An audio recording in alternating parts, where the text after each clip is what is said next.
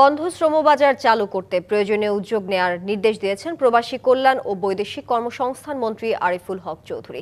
সকালে নিজ দপ্তরের কর্মকর্তাদের সঙ্গে বৈঠকে তিনি এই কথা জানান। মন্ত্রী বলেন, যারা প্রবাসী কর্মীদের সঙ্গে অনিয়ম করছে তাদের বিরুদ্ধে জিরো টলারেন্স নীতি গ্রহণ করবে মন্ত্রণালয়। দক্ষ কর্মী পাঠাতে সরকার কারিগরি ও ভাষাগত বিষয়ের উপর জোর দেবে বলেও জানান তিনি।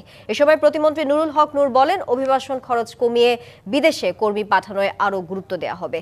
এক্ষেত্রে মন্ত্রণালয়ের কর্মকর্তাদের আরো মনোযোগী হওয়ার তাগিদ দেন প্রতিমন্ত্রী।